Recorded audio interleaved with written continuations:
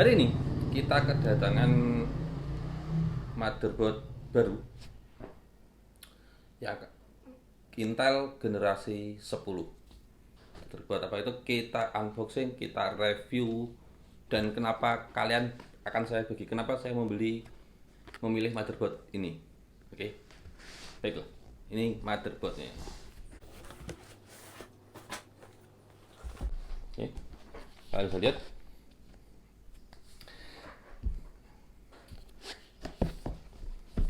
Kita kedatangan MSI B460 Mortar. Kita unboxing. Ini.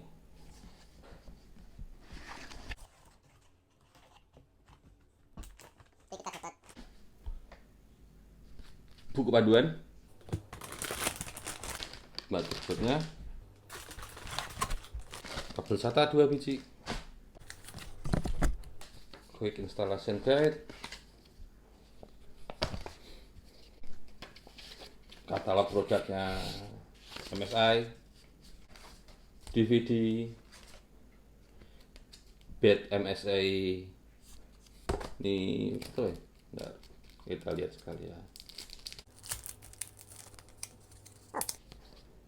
Stiker men, stiker silver, bukan stiker bersih, tapi warnanya silver, kemudian doff bergaris, lumayan. Baut M.2 NVMe SSD, ya mau pakai NVMe SSD. Terus yaudah itu aja. Yang unik dari pembelian kali ini saya adalah nggak dapat kartu garansi, nggak tahu kenapa, tapi dari beberapa review dan ketika saya tanyakan ke sellernya memang nggak ada kartu garansinya. Nggak tahu kenapa ya. Kabarnya garansinya sekarang sudah dicatat online. Ya harus men, hindar kurangi penggunaan kertas. Ini garansi resmi by BPG. Ya, garansi 3 tahun. Nah, udah itu aja. Nanti saya buatkan video teaser ketika untuk proses unboxingnya. Terus kenapa saya memilih ini?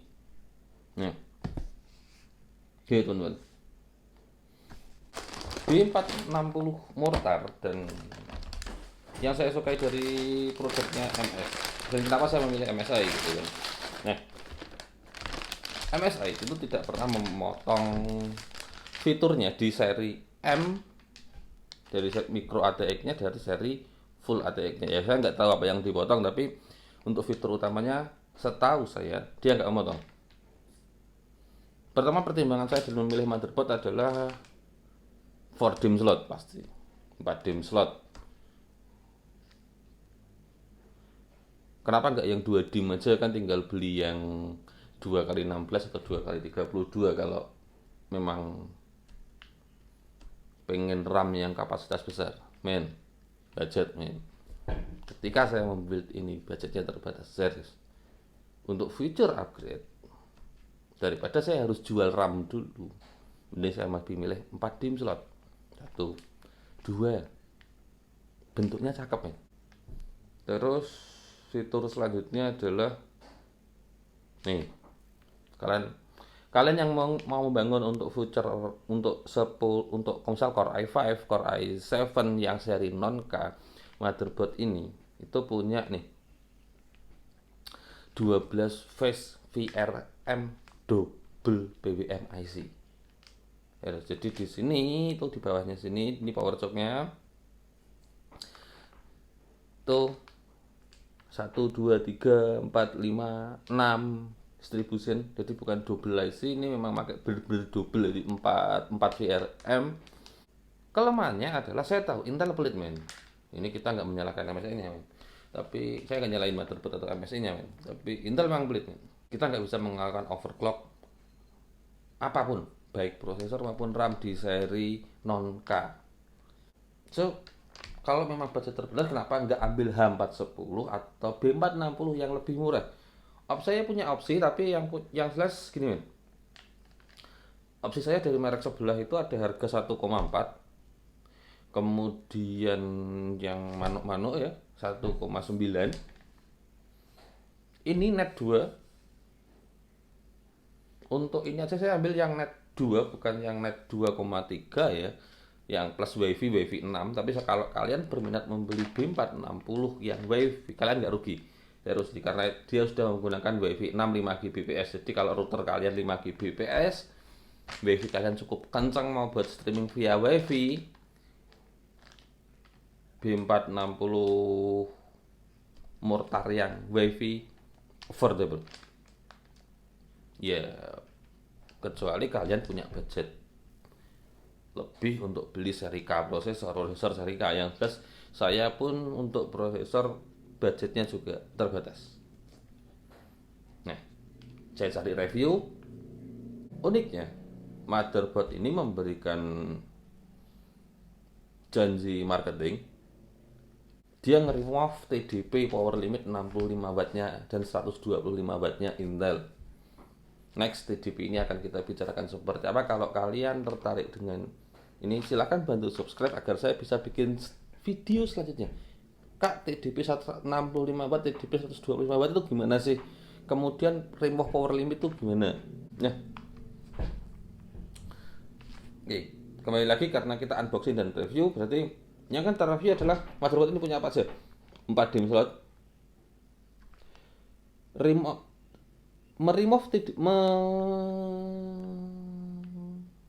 menghapus, ya bisa melampaui batas kecepatan TDP prosesor Intel yang 65 watt. Jadi pada kondisi suhu dan load yang tinggi, tapi suhunya masih tetap rendah, Intel membatasi TDP-nya pada angka 65 watt. Nah, motherboard ini membypass. Jadi dia biasa ketika kalian menggunakan pendingin yang baik, pendingin prosesor yang cukup baik, maka power clock yang akan kalian hasilkan yang bisa di-push, ditekan, ditarik dengan motherboard ini batas 65 watt dan 125 wattnya prosesornya Intel itu dihilangkan. Ini bukan overclock, ini fiturnya Intel yang seriously Intel pelit dibanding AMD yang unlock Intel pelit. Jadi 12 base power VRM yang kalau kalian ke buildnya Core i3, kalian nggak perlu mikirin VRM, jadi ini nggak akan mungkin panas. Terus audio sensing ALC 1200, 2 slot M.2, RGB gimmick yang biasanya cukup komplit. Ya. Oh ya, saya beli karena desain back panelnya bagus, salah satunya serius karena ininya. Merek sebelah itu ada yang ngasih port DVI dan saya nggak suka dengan bentuknya yang besar. Ada yang ngasih port VGA itu apa ya? Ya itulah port VGA yang bentuknya sudah kuno. Ini DPI dan HDMI ya, salah satunya itu. Oh ya, 2,5 gigabit LAN, tapi kecepatan internet saya nggak setinggi itu. Yang seri WiFi itu WiFi-nya 5 Gbps serius. WiFi saya nggak setinggi itu serius. Nah, kemudian dibanding merek sebelah kelebihannya apa lagi? Oh, USB 3,2.1 di back panel sama satu port di front panel. USB-C 3,2 dari front panel, kemudian 3,2 Gen 1 USB 3 untuk front panel juga. Lainnya sama standar seperti yang lainnya. Ada pump PWM dan DC mode, jadi bisa diatur kecepatan pumpnya itu berdasarkan PWM atau berdasarkan voltase. Fan juga ada 2-3 port ya, total 2 fan 1 pump ya, agak pelit juga sebenarnya. Tapi dibanding motherboard sebelah,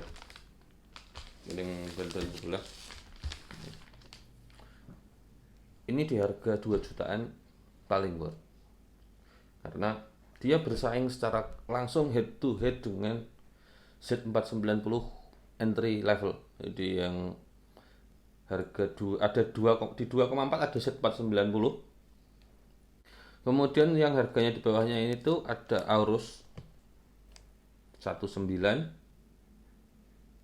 TWV belum ya, saya lupa, kalian lihat sendiri. Dan Asrock B460M Pro 4. Ya pertimbangannya sekali lagi 4 dim slot ya, jadi slot 4 dim. Karena Asrock produknya lagi agak langka, agak goib ya. Kemudian ada Asrock Steel Legend juga B460M. Jadi kalian bayar lebih mahal sekitar 200 sampai 300 ribu untuk Steel Legend ya, untuk armor dan lampu-lampunya, Steel Legend-nya.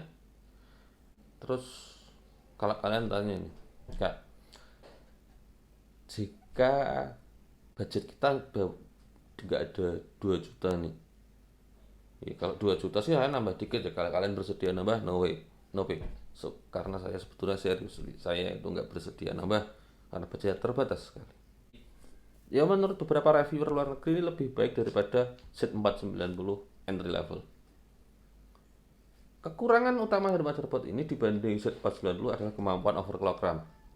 Jadi kalian yang memakai AMD yang generasi 1, AMD Ryzen 1X sekian, 2X sekian, sampai hari ini bisa menikmati RAM bahkan sudah sampai 4400 mAh ya, stabil. Intel masih ada di angka 2600. Jadi untuk budget Core i3, Core i5 ya kan.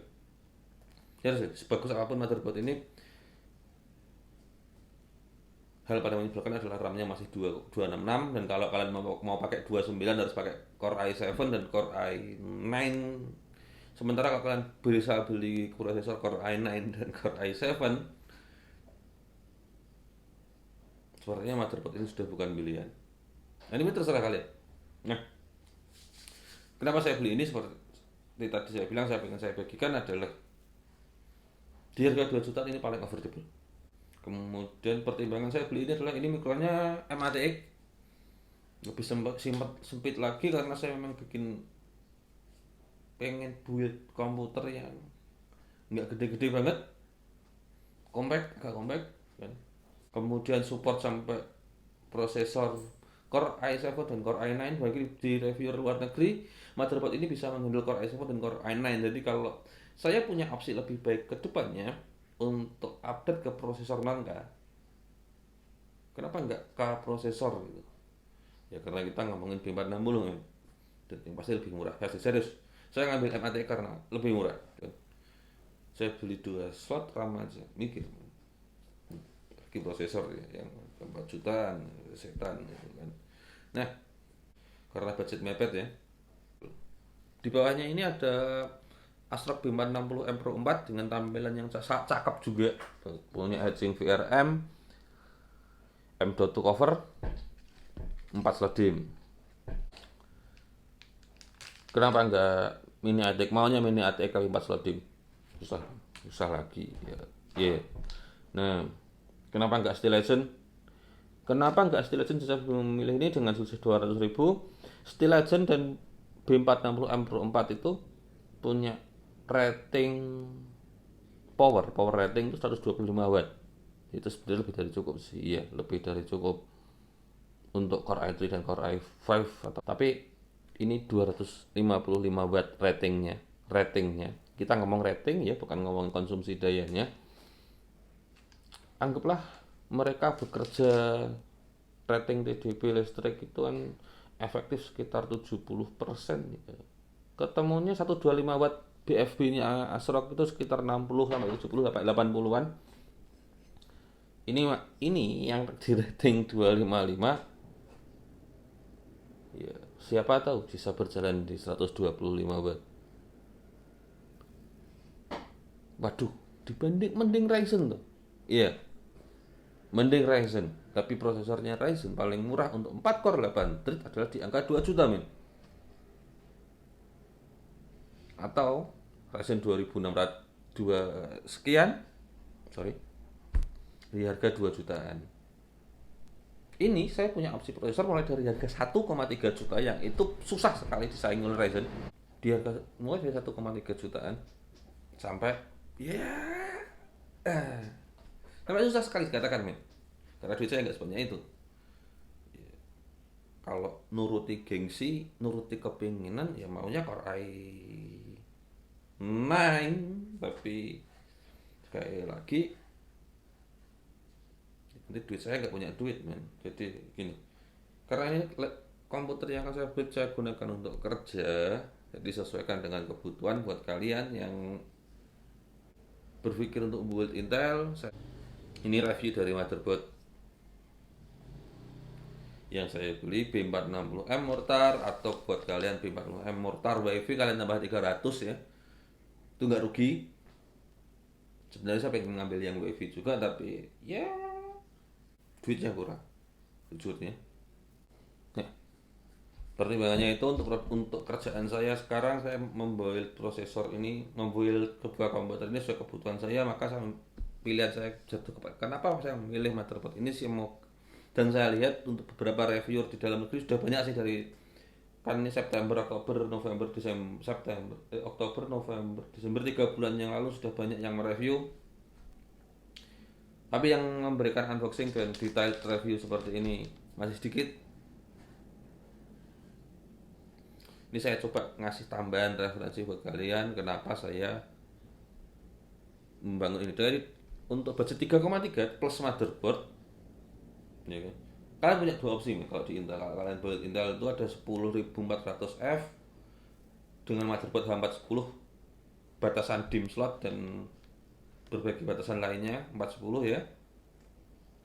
Ya kalau kalian lebih populer Ryzen, emang dari generasi 1, 2 Ryzen good job. Intel yang kali ini ya dia merupakan sebuah good job untuk price performance-nya. Dengan semua kekurangan dan kelebihan tidak bisa di overlock, bisa kalian pertimbangkan dengan harga 3,3 di Ryzen tuh kalian bisa build 2 sekian. Kalau di Intel kalian bisa 10400F dan Intel H10 410 ya, atau motherboard ini dan Core i3 10100 ya. Kemudian nanti kemampuannya, jika kalian suka dengan video ini, kalian pengen tahu lebih lanjut tentang petualangan lebih lanjut kemampuan motherboard ini, kalian like, kalian subscribe, karena ini cuma video unboxing dan kenapa saya membeli motherboard ini. Kalian pengen lihat performanya motherboard ini, reviewnya gimana nih ya, videonya sedang kita build, testingnya sedang kita jalankan. Dan kenapa saya terburu-buru dengan lighting yang seadanya seperti ini adalah jadi testing yang kita lakukan sangat banyak. Kita mencoba di 10400, 10700 Core i7, kemudian kalau kita dapat nanti bisa kita nyoba di 10900K ya, jadi seri prosesor mahal. Kenapa terburu-buru jadi kita tes ya, karena prosesornya pinjem semua. Yang punya saya itu cuma 2 dan nih cuma punya yang lainnya yang high-end. Jadi saya cuma beli yang budget aja. Kemudian yang high-end itu saya jujur saya cari pinjaman, saya pinjem untuk tes di motherboard ini besar. Kalian suka, tolong di subscribe biar makin semangat ngeditnya, biar semakin semangat testingnya. Udah gitu aja.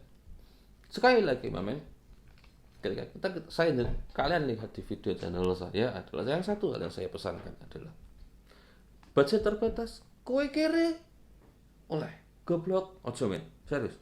Oke, sampai sekian dan wassalam.